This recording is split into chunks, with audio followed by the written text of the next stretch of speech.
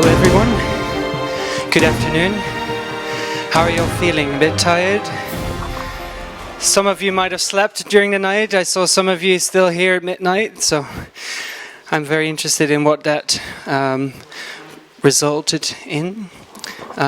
Welcome, jury. I'm going to introduce the jury. You all already know what the Science Hack Day is because we talked about it yesterday. I see some visitors here. Most of you I've seen before, so I hope I won't need to explain it to you because we might run out of time. First, I would like to introduce Victoria Martinez. She is very well known in the startup scene here in Eindhoven. She is the leader of the Eindhoven Startup Foundation. She also runs the Eindhoven Startup Summer School, which is one of the prizes that you can win, a free ticket to take part in the Eindhoven Startup Summer School. As well as being able to speak next week during the Dutch Technology Week at a very big event for startups. Next up we have Jos van Lunen.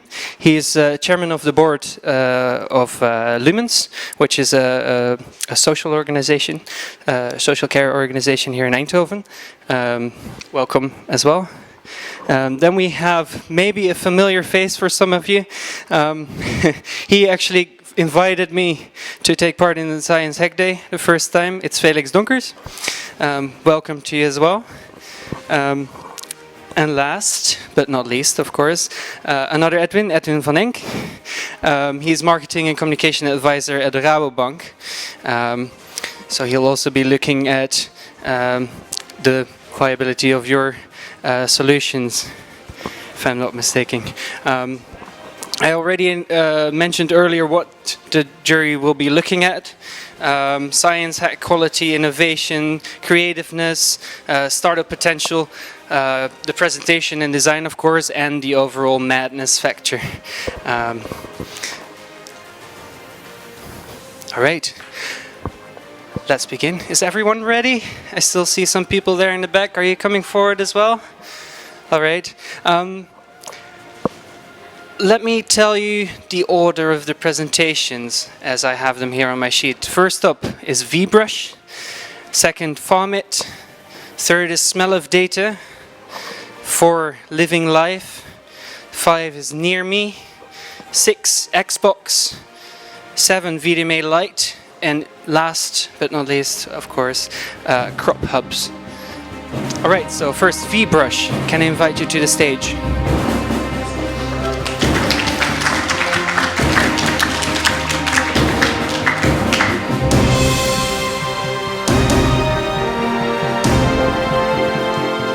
So while we are connecting, I'd like to introduce the other members of the team. If you could stand up, please. We were with 6.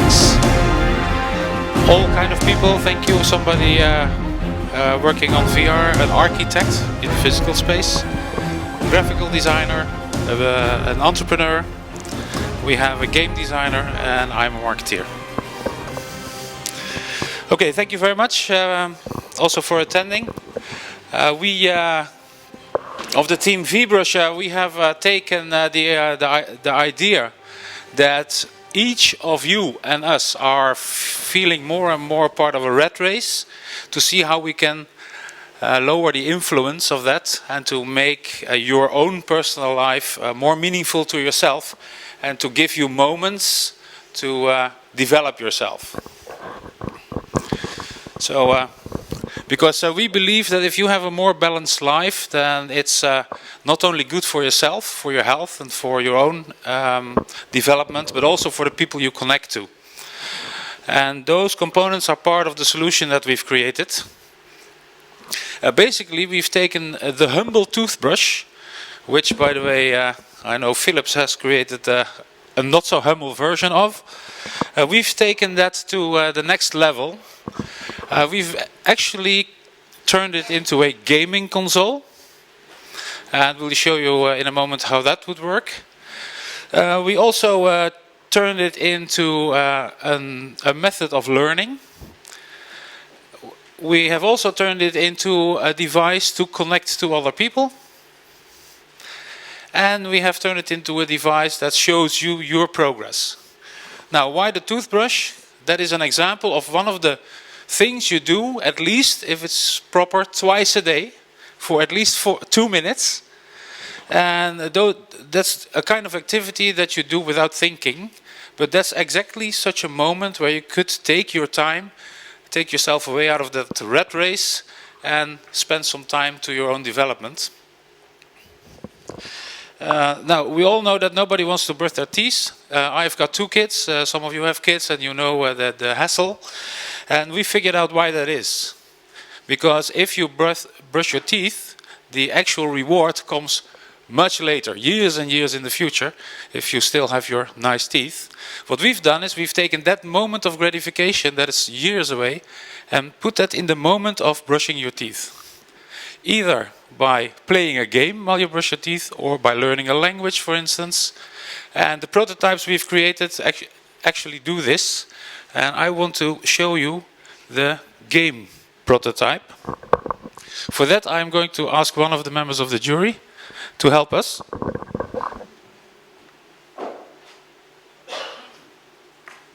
We have taken a regular toothbrush. Maybe Felix, you want to brush your teeth? Then I explain the game to you. Oh yeah. One sec. What we've done is we've added a sensor to the toothbrush. Now currently with a cable, but that's the prototype. If you can start the game. This game basically is for kids brushing their teeth. They need to defend the castle in the middle and all kind of dragons come. And when you properly brush your teeth, then you can actually fight these monsters and make sure they don't get to the castle. Yeah, you're doing a good job. I see you've learned brushing your teeth very well. Thank you. Thank you, Felix.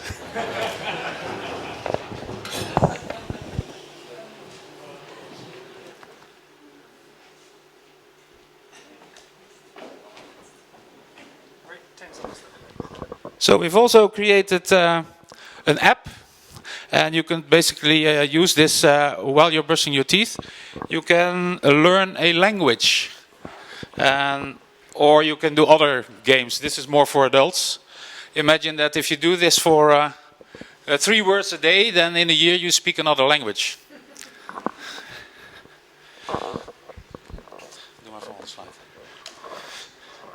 Now, obviously, we have also thought about how we can enhance the experience. So we've designed a holder for toothpaste and brushes. And of course, these brushes, they send data back to a platform which has the app. And it allows you, within the app, to also connect to other people and do battles with them. Who brushes the teeth the best? So that's the connectivity part. Yeah, because we believe that in today's world, you actually deserve to have these moments for yourself.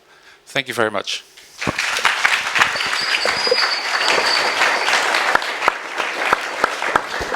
All right, don't leave yet. There might be some questions from the jury. All right. This microphone, yeah, this microphone is Yes. on. Hello, Paul. Thank you again for your presentation. I'm triggered by the introduction. You started that we are rushing in the current time, that you would like to create a moment of rest and peace. But I see games, I see activation, I see learning a language. It's kind of busy in those 2 minutes. Yes. What would you suggest to create some kind of rest moment with brushing your teeth?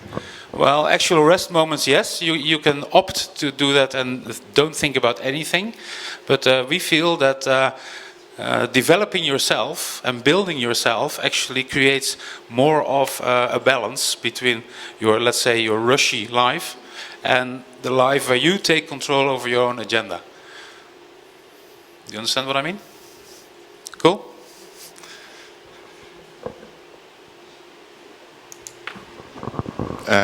Thinking a little bit further, you have a connected toothbrush. What kind of applications do you have in mind with a connected toothbrush?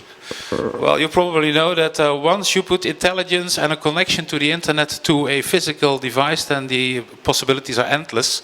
Basically, what we've built is a platform that allows you to create more apps, not only learning a language, but doing other things, but also a platform where you can have others put services on. There is obviously the platform business model behind it. So it could be an open platform where everybody can think up their things and work with us on the platform. Okay.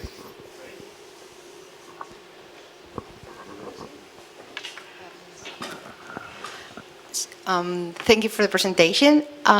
If you could get one target group, which one will you start with? Sorry, again? One target group for your products. One startup? One target. One group. target.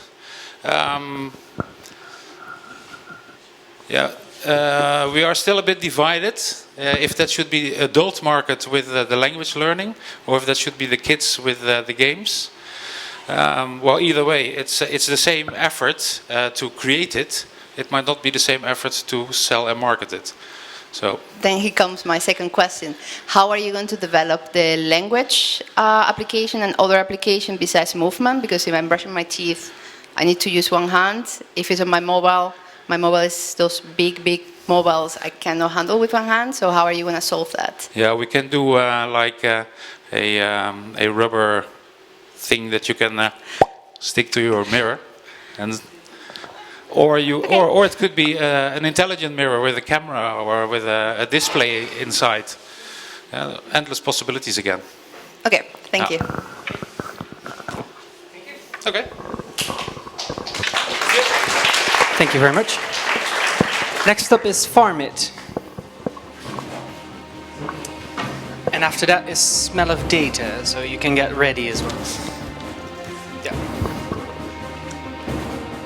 Let me introduce myself. I am Sethuraman. My teammates are Minnie and Sam. We are the team Farm It.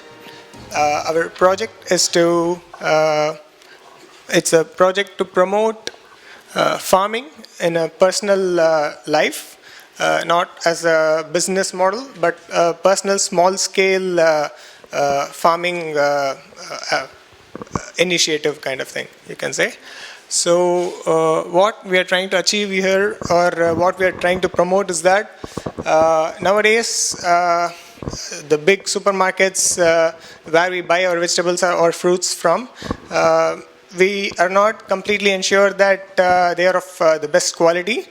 We don't know how much pesticides or how many fertilizers are put inside while growing, and to make it shiny and all that, they do all kind of adulteration. So to ensure quality of food, we can grow it ourselves, and it promotes a little bit of healthy environment, and as well as it is on a personal level. The thing is, it is mainly targeted for people who are busy with their lives, going to IT companies, or somebody who is into technology, or other businesses not much into farming, don't know much about it. This app will serve them as a tool to enable them to do farming. So we developed an application that can be used in any mobile, and we monitor the farm digitally online. So Farm It has data and vegetables, data monitoring and sharing, three aspects to it. Once you farm your, once you plant your crops or vegetables, you have an interface that will show you for the given or the time period. It will suggest you what crops you can grow, which is the best for the time, as well as how much time it will take and all that. So for the monitoring, it will give back it is an application that runs on a Raspberry Pi that will give you real-time data of how much time there is still to harvest your plant, or how much it has grown, and what all you have grown.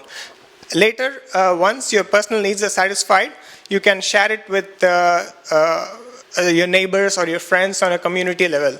So that is the third aspect of it. So this is the demo of the app that Sam will show right now. Okay, right here we have the main screen of the app.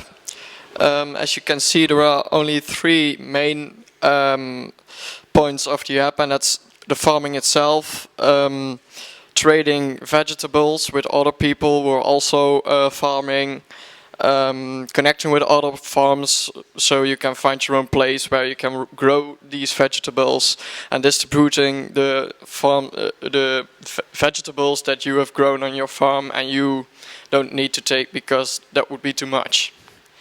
I'll just show it. It's just a prototype, so it's very basic, but it took a lot of effort to make. As you can see here, you can see the status of the farm. Right now the farm is doing well. Plants are happy. They've got enough moisture in the grounds.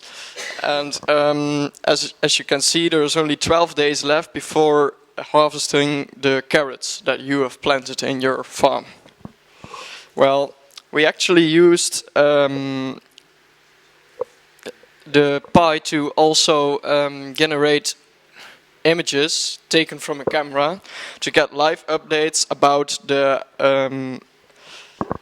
images actually sent to the server right from the Pi to get live updates about the farm. How are your plants doing? Now here you can connect with other people and trade your vegetables with them. Okay. Swipe. You just need to swipe, yeah. So you just say, hi, I've got 3 tomatoes and I like some potatoes. Maybe we can trade. And as you go back to the main screen, here. The veggies itself. Oh no, it's the wrong one. Just do the distribute. Huh? Oh, I mean, first one. Farming. Okay, yeah. Well, here I had the ID on the main screen of the veggies to actually integrate a calendar in which you actually can see on what day what vegetables are actually the best to plant. So you don't have to think about it anymore. You can just plant whatever you got suggested by the app by date. And here I've made a map from all kinds of farms where you can plant in the neighborhood. As you can see here, this is Volkstuin Mosberg. Doesn't really exist, but it could exist. So, yeah, and distributing is just as easy as sending someone who's also growing foods a message asking them to trade foods. I didn't add the option yet because I ran out of time, but there would be also an option to see each other's inventory about the harvested foods. So that's about our project.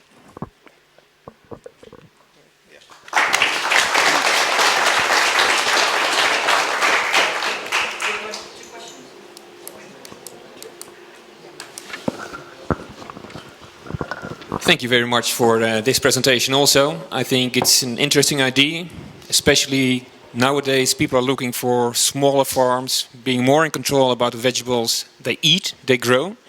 And you also added something to exchange vegetables between people who are also doing this. And my question with this is, how can you guarantee a part of quality of that kind of food? Because when we buy food in the supermarket, we know it's registered. Okay, maybe it has some kind of chemicals in it, but we know it's clean, it's healthy. I'm not getting sick. How can I guarantee that the food I'm exchanging with you or from you is going to be of a good quality?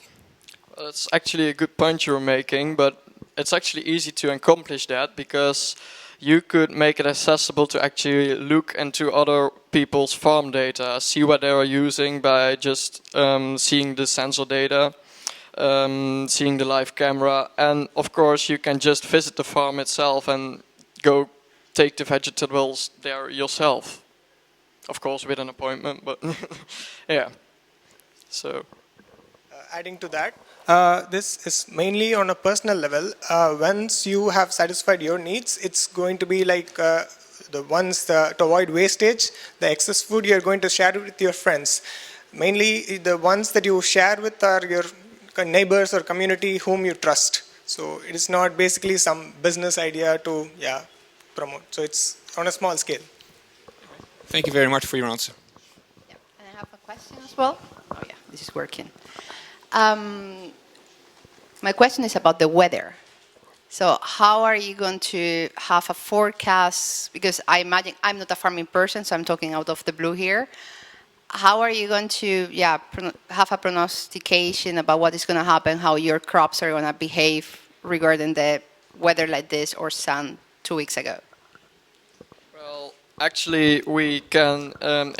It is already integrated into the Pi's kit, the Raspberry Pi's kit. You can measure the humidity in the air, which actually can also predict when it's going to rain.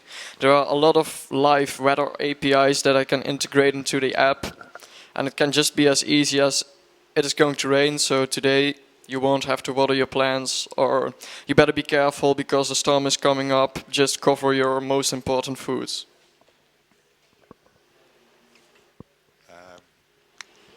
From a technology point of view, you talk about the Raspberry Pi in the green area.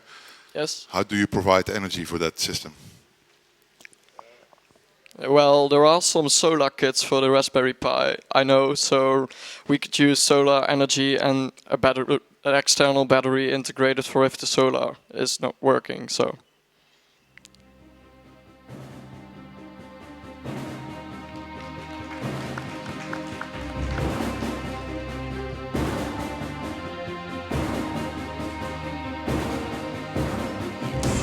We have been working on the smell of data this weekend. We are a team of 3. Yeah, great.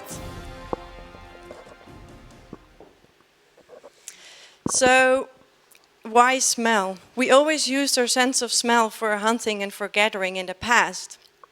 And smell warned us in case of danger. But since this hunting and gathering has moved to the digital environment, there's no nose anymore that can warn us in case of danger.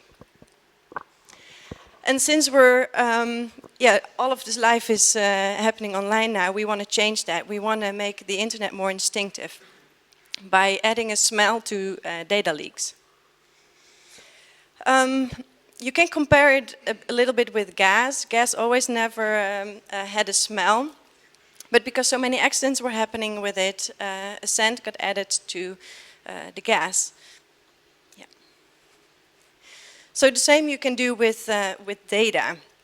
We're leaking enormous amounts of data, and we're gonna add a smell to that. But of course, adding a smell to data is a lot more complicated than gas. So that's what we did this weekend, trying how can we make this possible. Next one. I think we can test. We collected an enormous amount of data leaks. So, for example, let's test first. Let's demonstrate our.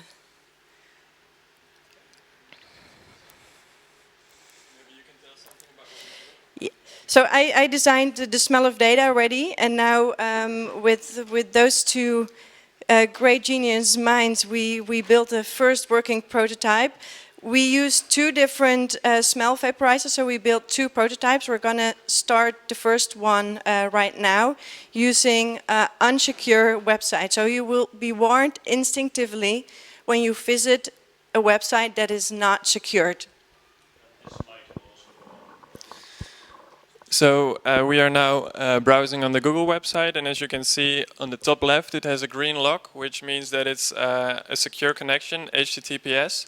So when other people are around you, they cannot see, they cannot monitor what you're doing. So at the moment, it's not giving a smell because it's safe what we're doing, and we can now browse to another website.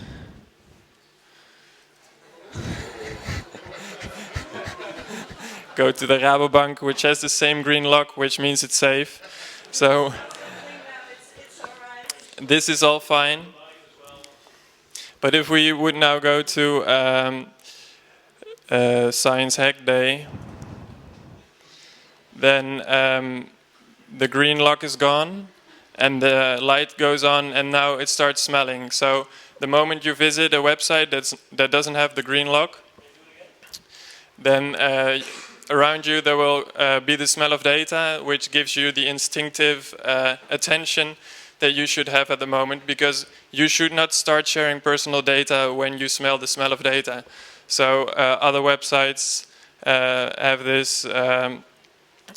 If you go to other websites that don't have the lock, you will start smelling the smell.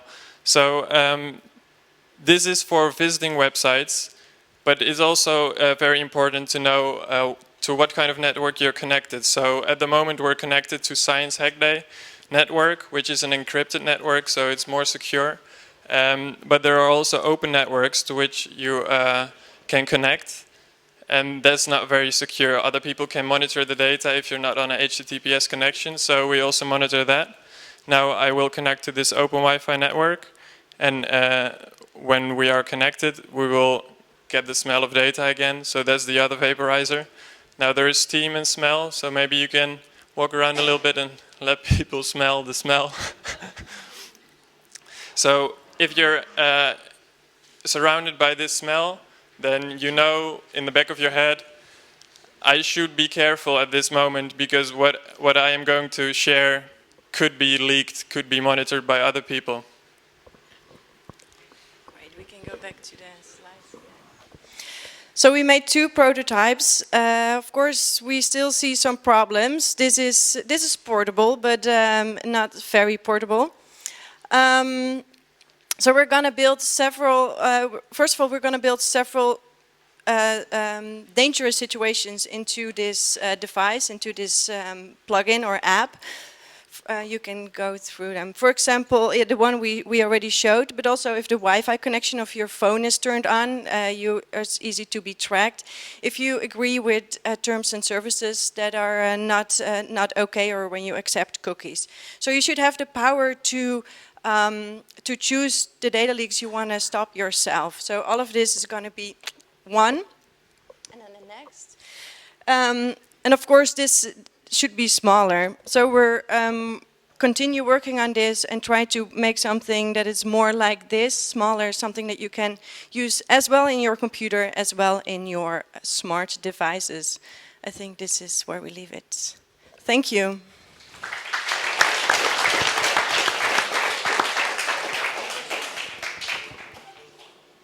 So thank you for the presentation. I think that your product is a beautiful representation to raise awareness about the protection of data. But my question is, why would I use this over a message on my mobile? You want to answer? Well, because our devices are also doing stuff that we are not aware of, and they are doing stuff when we are not even using our devices. So they could be in our backpack, they could be in the other room. So you can smell this even when you don't have your stuff with you. So it's the same as with fire alarms in your house. It's basically an added sense. We have many senses, and we're not using all of them to secure ourselves for these problems. And then I have a second question quickly. On top of that, the one also very important thing is that we are so overwhelmed with visuals, and that's why smell could add something to that. And we care a lot about privacy already, but we're not acting so much. There's awareness, but we don't act on it. And with smell, people like smell. So people think data is boring. It's like a nerdy topic, but smell is fun. We want to test it. We want to smell it. And by linking the two, we want to make it more approachable and more user-friendly. Yeah, I get it. And what about all the smells? Are all going to be the same? Because for me, it was very difficult to smell, and I guess because of my perfume. So how are you going to overcome that? It's right that that we use two different smells right now because the smell of data is still in development. We have like a very small sample right now, so we couldn't use the actual smell. The actual smell is going to be a bit more sharp and a bit less delicious than the things you smelled right now. They're right here. You can smell the final samples later. More questions?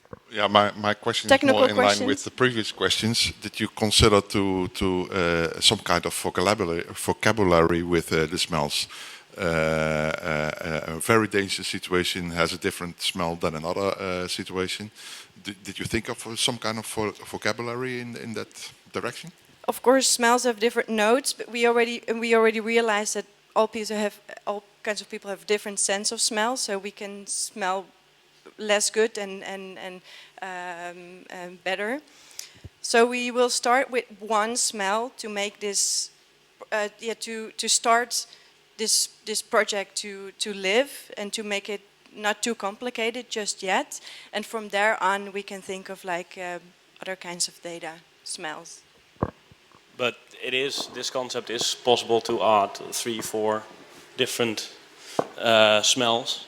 Because I run my own electronics laboratory and I know that the form factor that you have there could easily fit 3 or 4 vaporizers.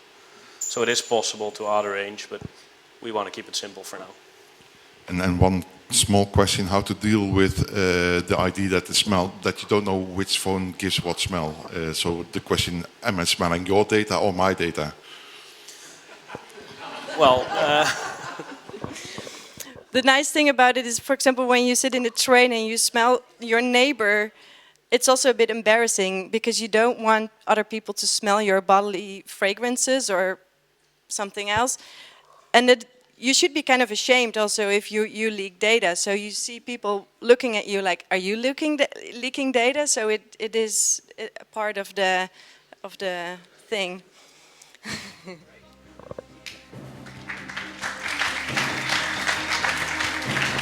Thank you. Next up is Living Life, followed by Near Me. Thank you very much. Before we start, our teammates, which is Sophie, Marcel, Georgia is over there in the back, Nika is over here, this is Joep, I'm David, and that's basically all of us. We started as 2 teams actually. Yeah. So, I represent Life. and I represent the Living City Challenge. And together we are... The Living Life. Yes. It's I get closer to you. Yeah, you come over here, okay? Yeah. So we do it very, very simple. Press, please. Okay, we start with Life. L-I-F.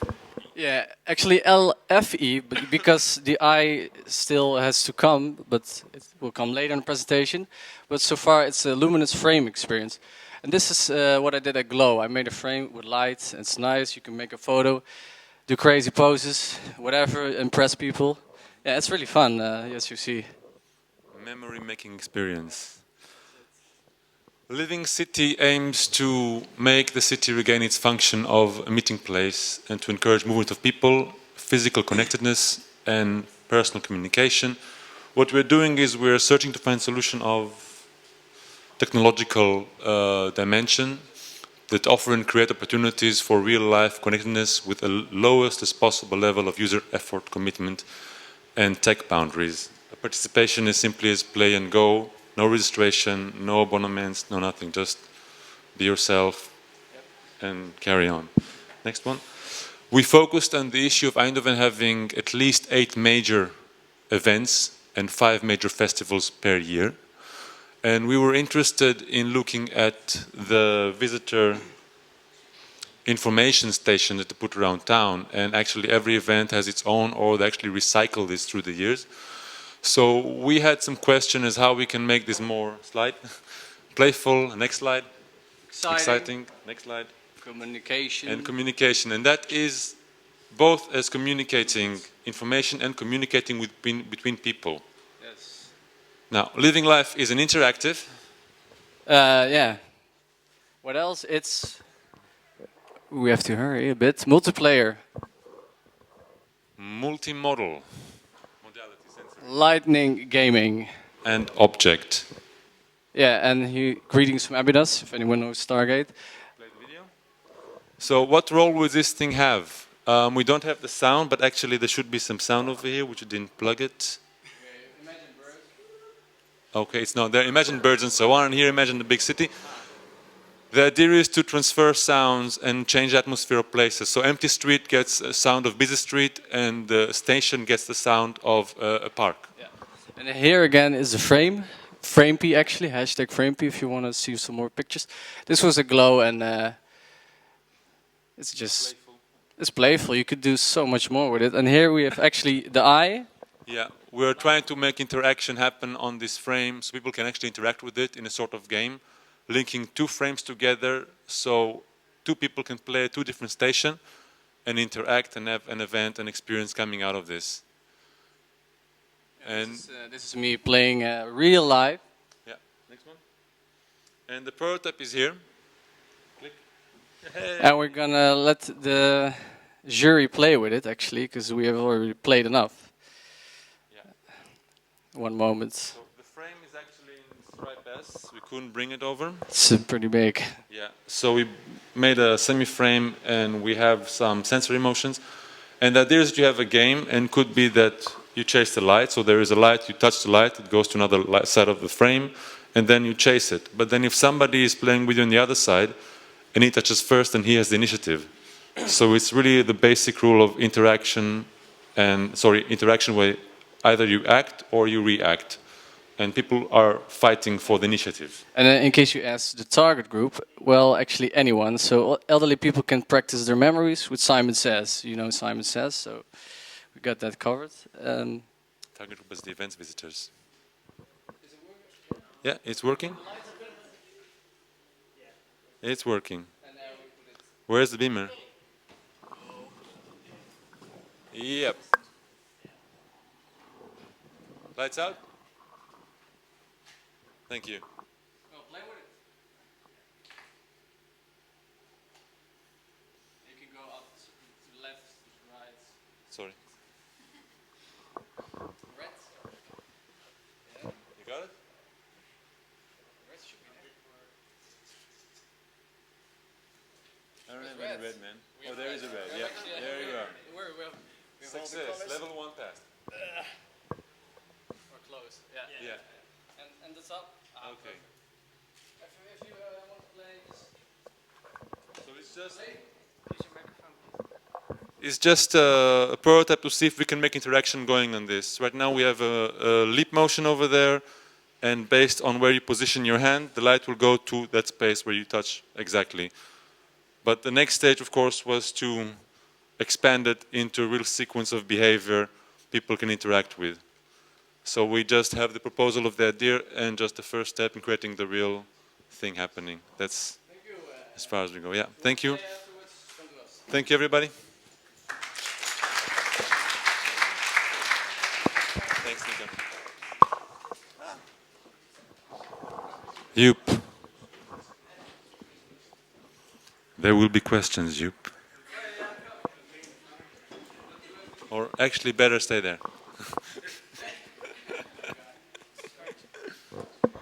Because of time, we're going to skip the questions.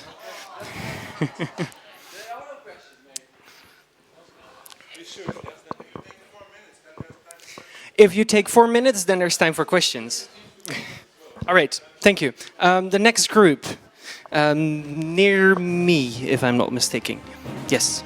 Could you come forward, please? After that is Xbox. All right.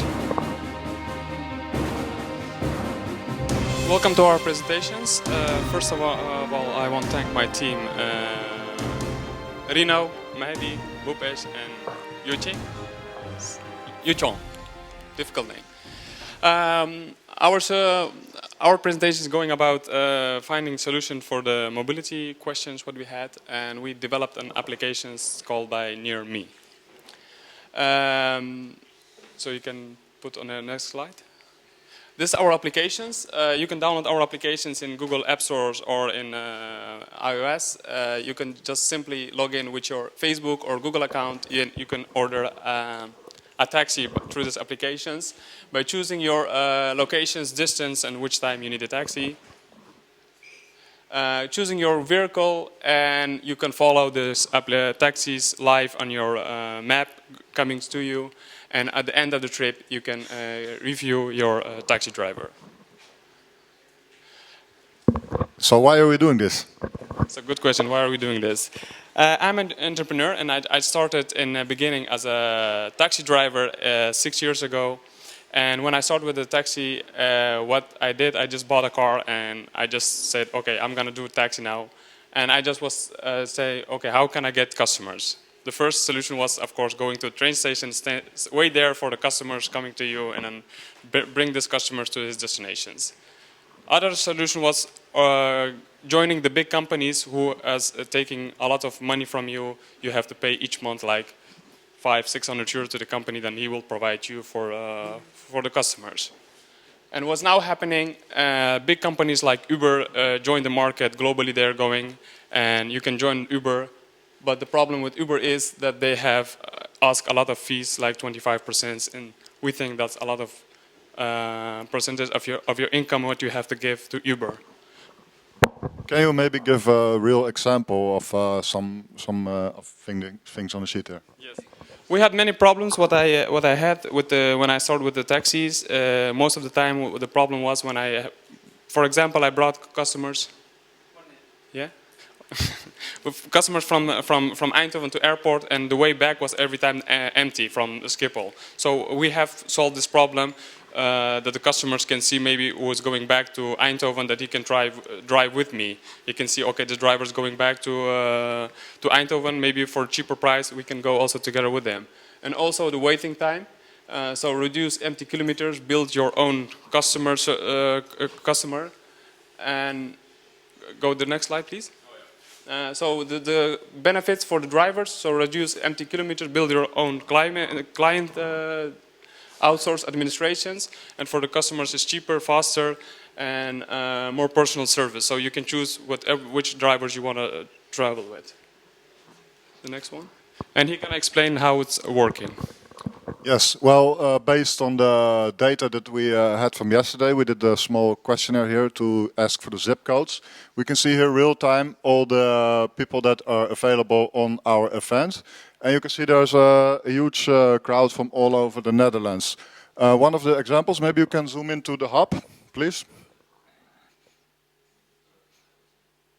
Yes, to the hub. More. All right, we see the hub here, and in the left corner you can put on the different layers, but for now it's not really relevant. We see here, for example, in the blue is a taxi available who has a van who can transport 8 people. And I can imagine that later on today, after the presentations, we will all have a drink, and some of you might want to take a taxi. So instead of a taxi coming here, picking you up, dropping you at home, coming back to pick up the next person, dropping you off home, we envision that with our app, also the taxi can come here, and that based on the algorithm there will be a route, and that here, for example, the taxi can drive a circle and bring 8 people to their house. This means that it will reduce the cost by 8 times. It will also reduce the fuel by 8 times, and it will cost slightly a little bit extra time.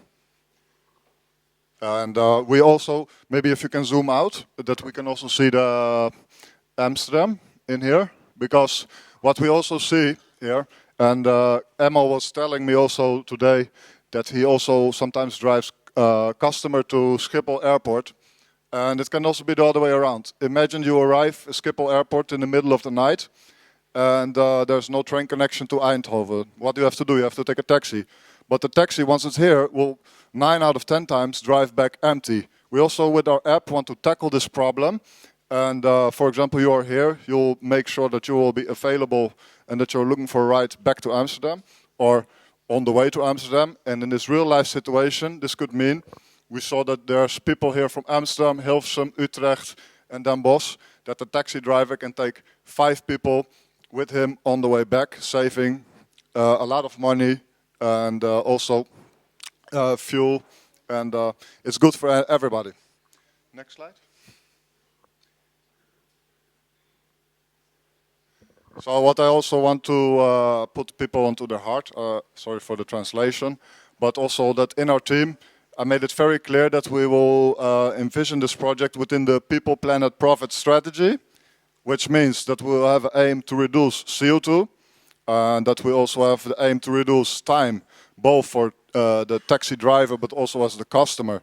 So the taxi driver can spend more time with the family or building startups. And also the profit side is important. For the customers it will be cheaper.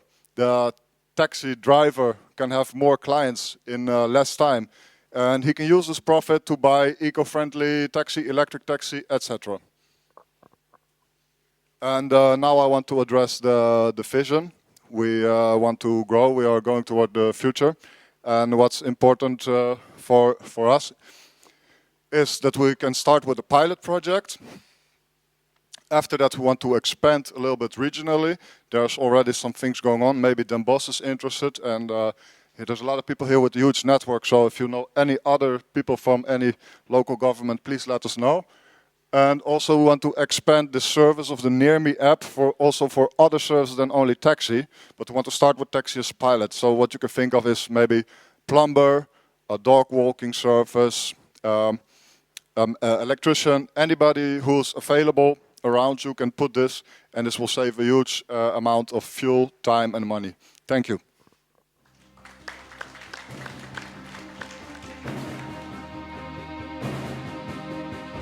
My name is Yama Saraj. On behalf of my team Xboxing, I would like to introduce Jorge, the youngest hacker ever.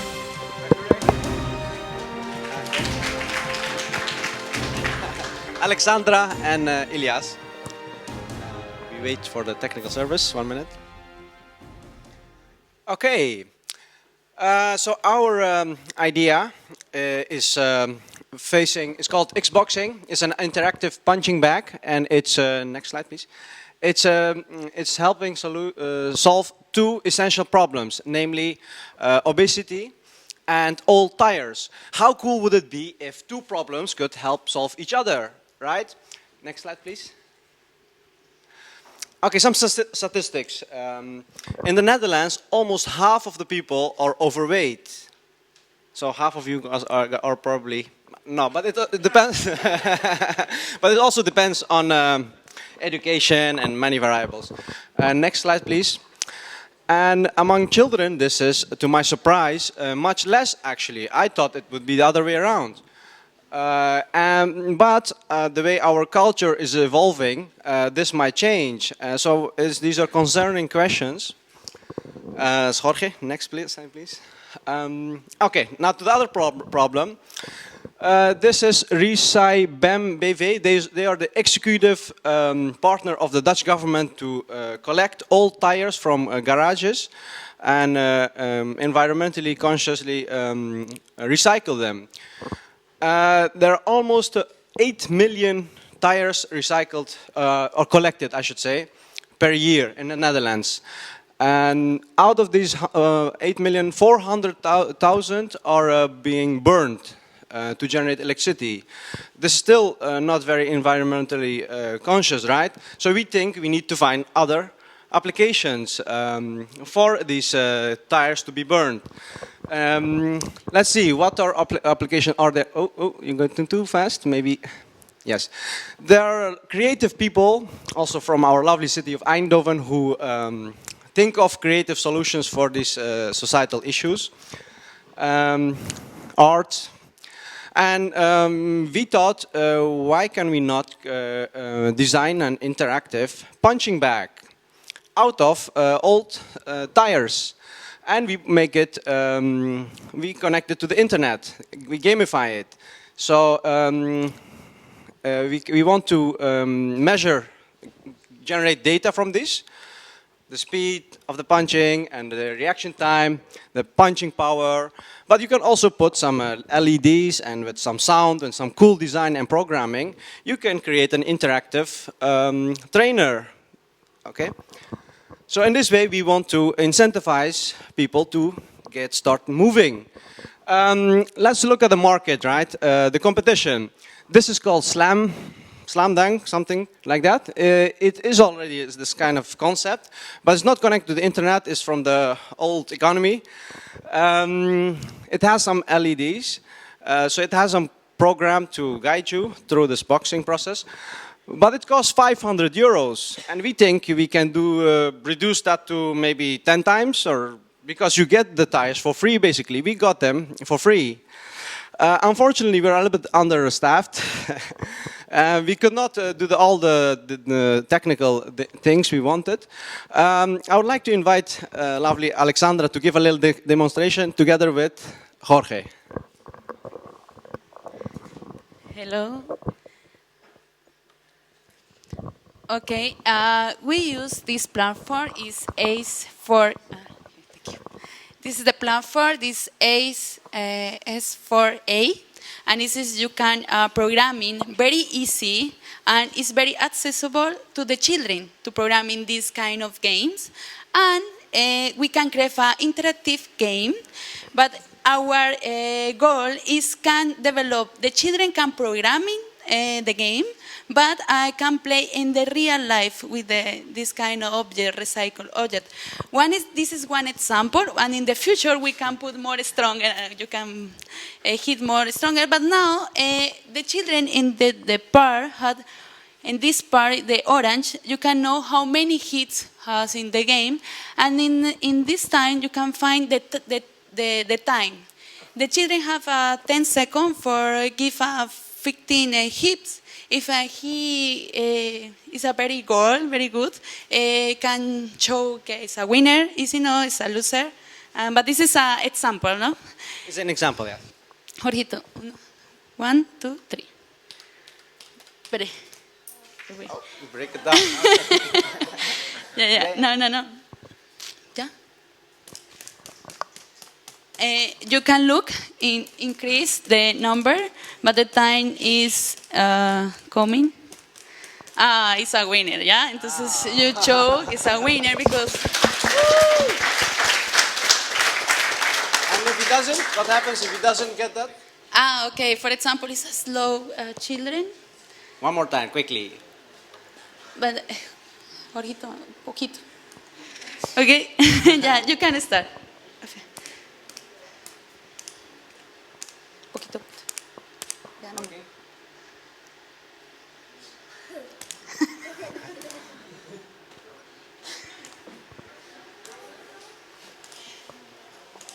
Ya no, espera, que le puse mucho. Bueno, no working, pero. No working. Okay, just to give a demonstration, I would like to elaborate more a little bit on the future plans and application of this. As you can see, there's a lot of a whole world of application. One more. Okay, last slide, then I'm going to quit. Can you show me the...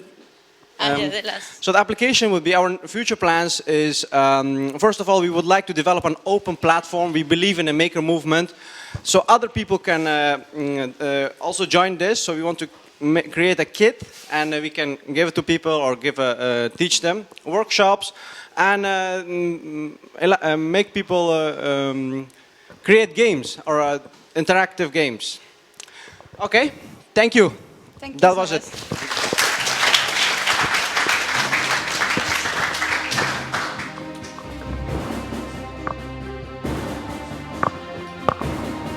All right, thank you. There's time for one question from the jury. And then VDMA Lite, you can set up.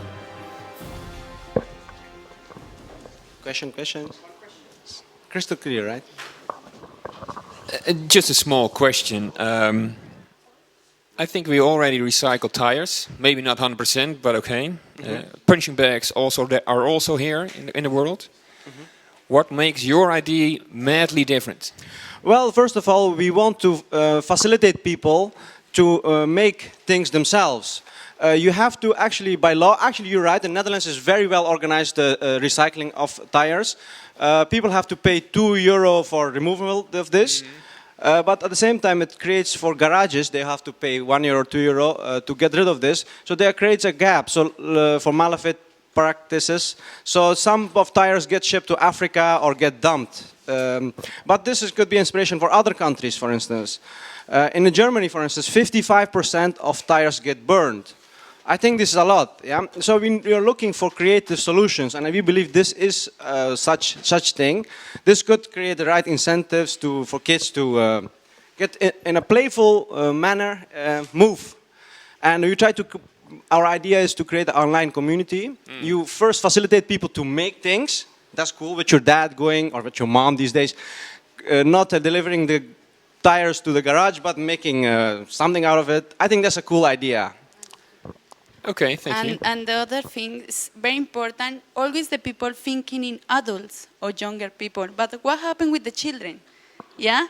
And no, really, and sometimes you are a father or mother and you not remember what happened with the children. And this is the case, if you start for the children, in the future the children can change the thinking about how can take care of the environment or how can develop different things for help the people, for example, with technology. And this is the reason. Clear response. No, that was not clear. It's 10 times cheaper. And the last thing is, I've been boxing 10 years now. It's in some houses you cannot hang the boxing punching bag, so you can have a model standing. Thanks a lot.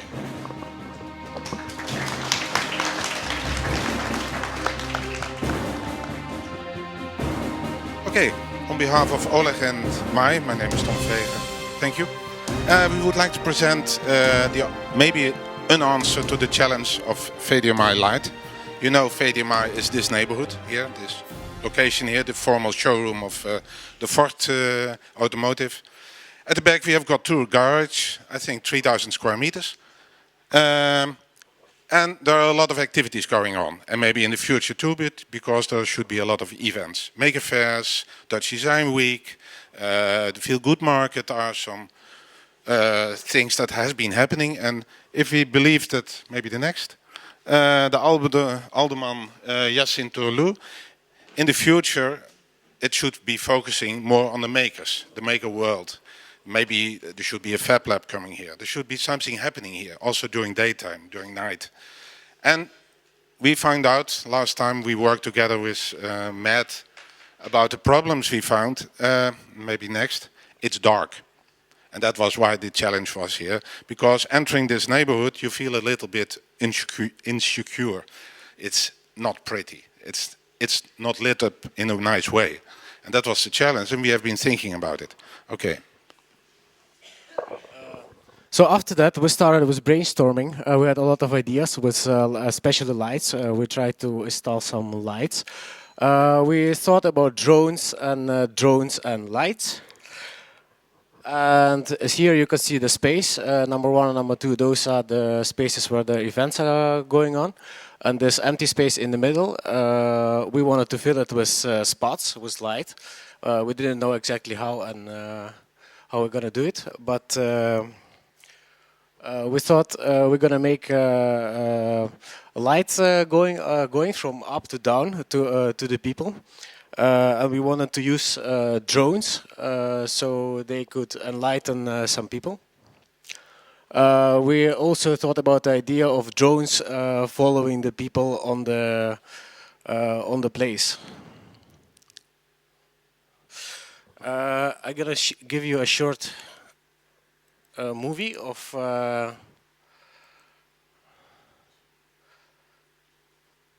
the lightning drone, how it looks in the real life. I hope it works.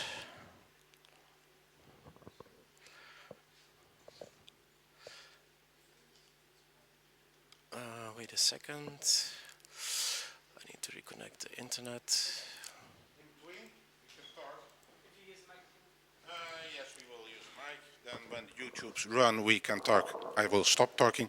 We found out that a normal light like this is 300 watt. That's the old-fashioned way. But if you change it to something like this, it's the same. It's 50 watt LED at the moment. And it takes a lot of heat and you have to practice a lot of things about it. But in a way, there is some dimensional things happening in the last 3-4 years. And we found out some YouTube films that doesn't work at the moment, that they were hanging below a quadcopter.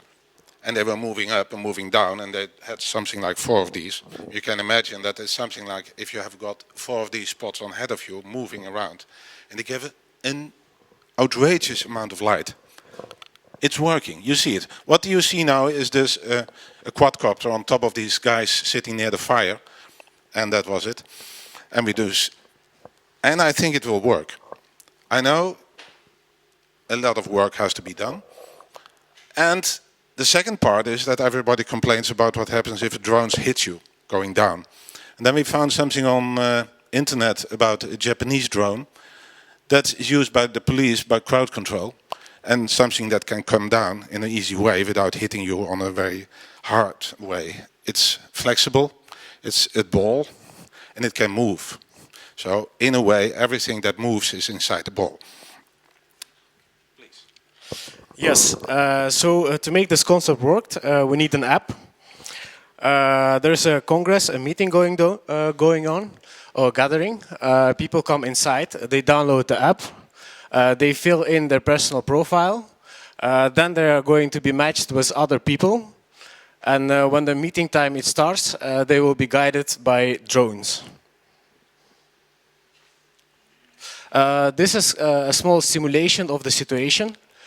You have these drones flying in the air, they all have white light. And then the matching is starting. You can see that some people, they are getting different colors. So they are getting red. The drones are following the people until they meet each other. At the moment, Like this. So this is the end. Thank you very much for your attention. Have you any questions?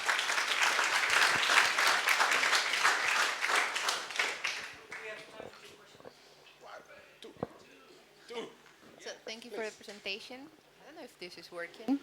Yeah, it's working. Yeah, very quickly. The VDMA is inside location. It's an inside location with not very high ceilings. No, it's that. Yeah. It's this. Yeah, no, It's this. Just outside. If you turn around, this is this space. It's about this space. So not inside the garage. No, not inside. Okay. Outside. No, my question was for inner security.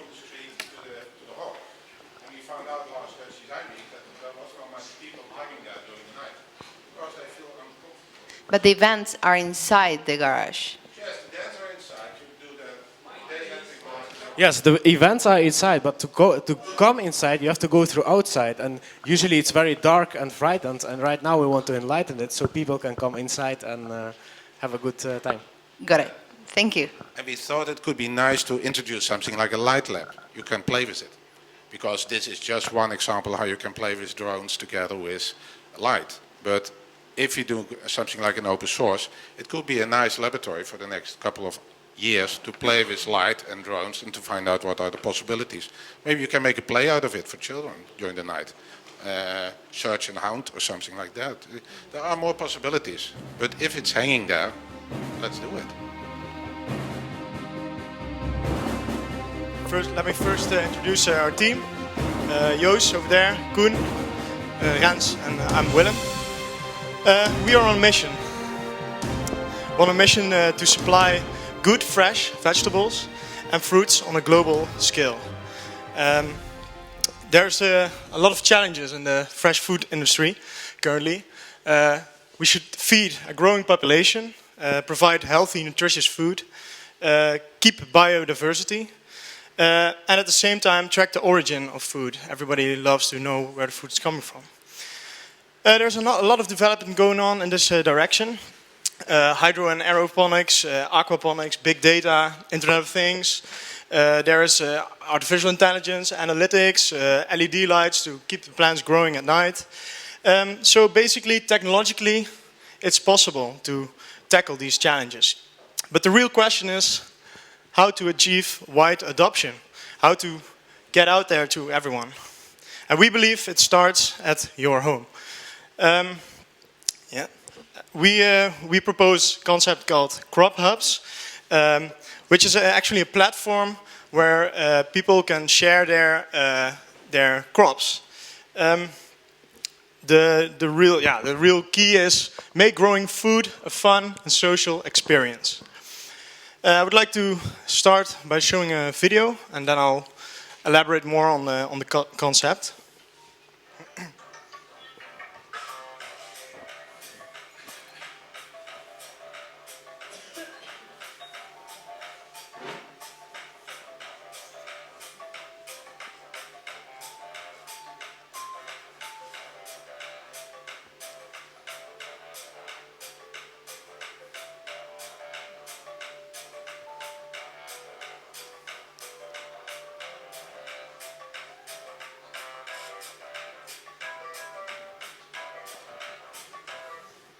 So basically what you just saw is our conceptual prototype. It's not working. We focus on the experience. In the future, it should contain all of these things. A plant selfie camera, which is located at the top, taking pictures of the plant automatically. A growth LED, so it can grow during the night.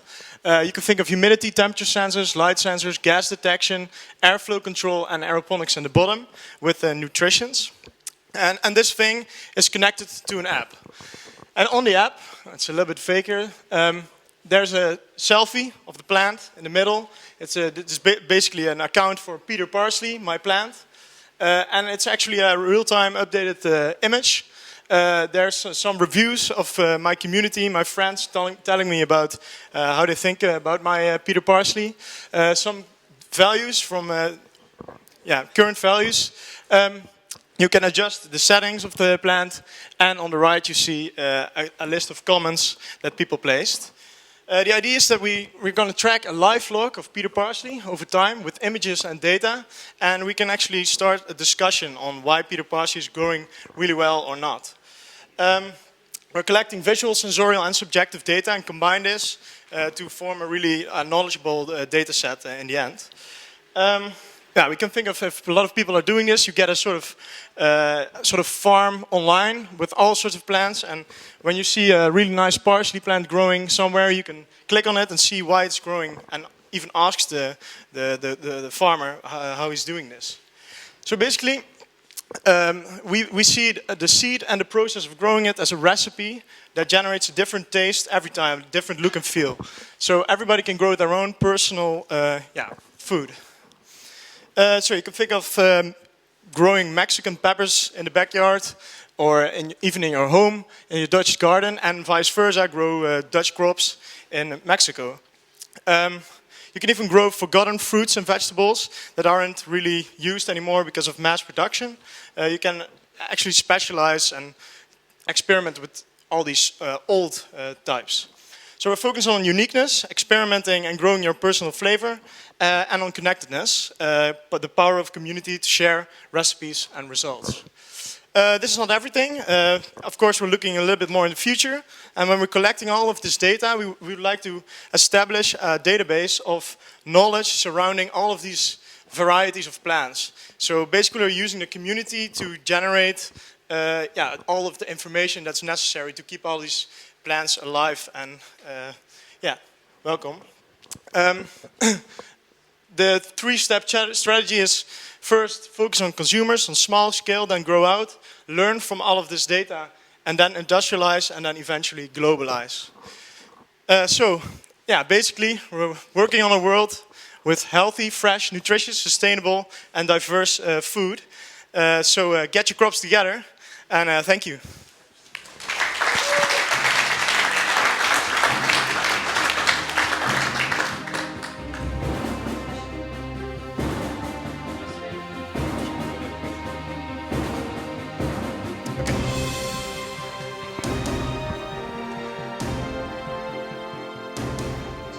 GNI, GNI, DNI, DNI. I'll let you say it. Thanks, everyone. We're installing our presentation. Meanwhile, I'll do the introduction. Our group has a shared vision, actually. On my left hand, Peter is installing the presentation. Waiting for this one. And Peter has some experience in the collapse of the internet in war zones, actually. Our other group member is Paul van Gielen. He's sitting, maybe you stand up. He's a local politician of Eindhoven, and he is mainly concerned with the social domain, where people are actually treated by the system instead of being a human being. So that's very important. And then myself, I am connector for WeShare and the digital coach and advisor for organizations like the Municipality of Amsterdam, with a collapsing archive system where we cannot really store our files anymore. To start with, what we really need is a new digital new self, a digital new I. Maybe get to the next slide. Okay. first of all, but who are we? It used to be really easy. In the old age, in the feudal time, we used to have knights and farmers, and whenever you were insecure, you just wage war and see somebody's head off. That's not a pretty picture, right? Maybe that's what's happening to our virtual eye. So how do we prove who we are nowadays? We move from floppy to blockchain. We move from artificial intelligence to pop up in our screens or in our devices. It's all becoming easier. The other thing is, even Einstein has become a relative. We have now quantum entanglement. In this fast-moving world, we wonder, who is our new digital self? Today, it's actually a mess. The commerce, I'm going to put this down. Sorry. The commerce knows who we are because they know what we want or what we buy. Facebook knows who we are because they know what we share. And the government just decides who we are without us approving of that. We want to get rid of this. We want to control our own data. So I just want to be happy. I just want to be responsible. How do we do that?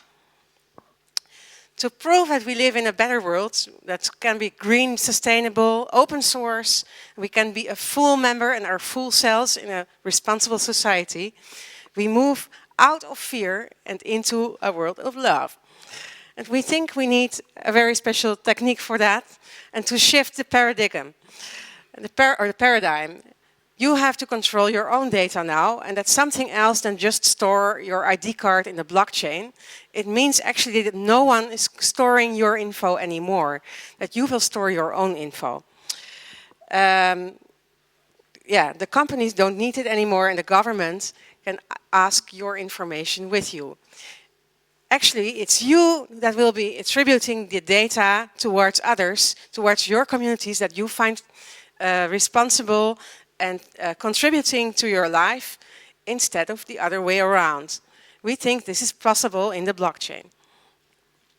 So the new digital self is stored in blockchain. It's completely safe. You will have complete encrypted information and you will have a totally different dynamic. You will move from government to governance, actually. You will be the one making the responsible decisions. Do we have more features? And we are the owners. So being the owners, it gives responsibility in your life, actually. So this will be a big change. To prove that it's also with you, we have thought of making a tattoo, actually. My friend here is showing a possibility to make it. Yeah, 1 minute. All right, we are almost finished. And so the data will always be with you as well as in the blockchain. And an open source platform, of course. So all these normal features will be there. The big shift is that you will be the owner. So we give you your personal identity. We give it inside the blockchain and your personal dashboard. It belongs to you and we care for it all together. So we move into a society of commons. If you want to go for it, please join us. That was it.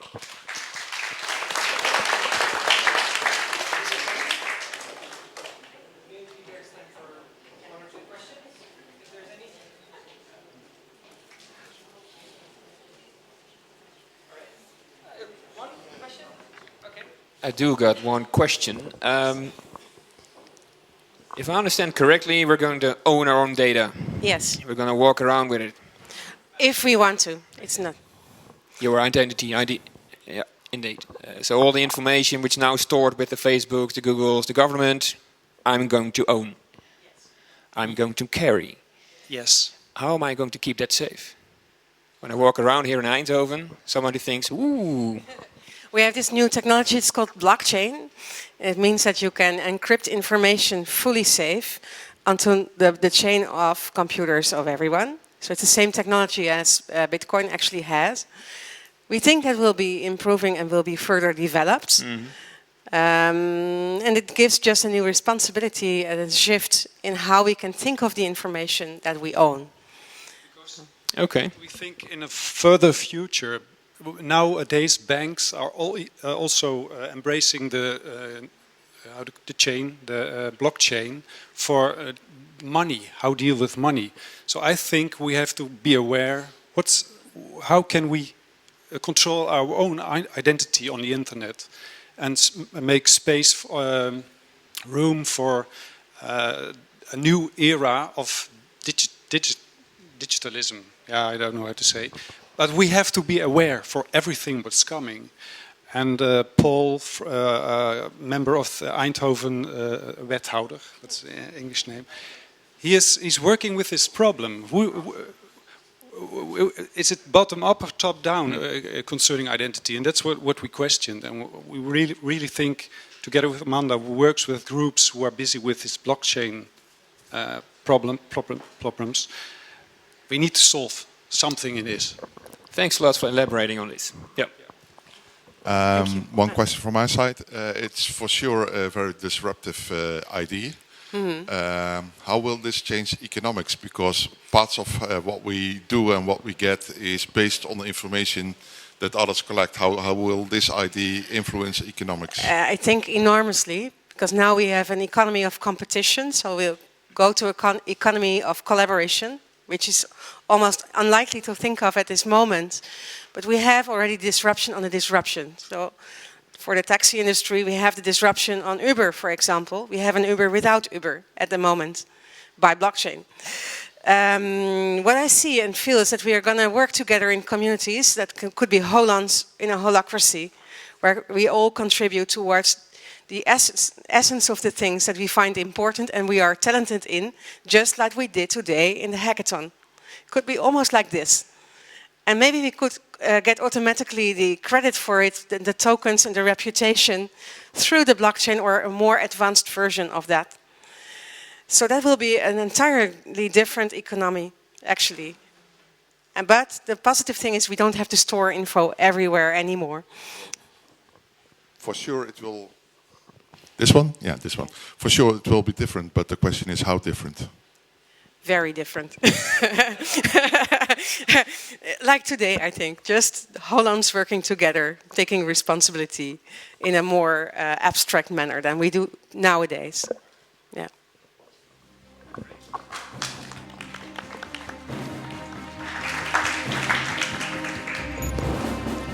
All right. Thank you, everyone.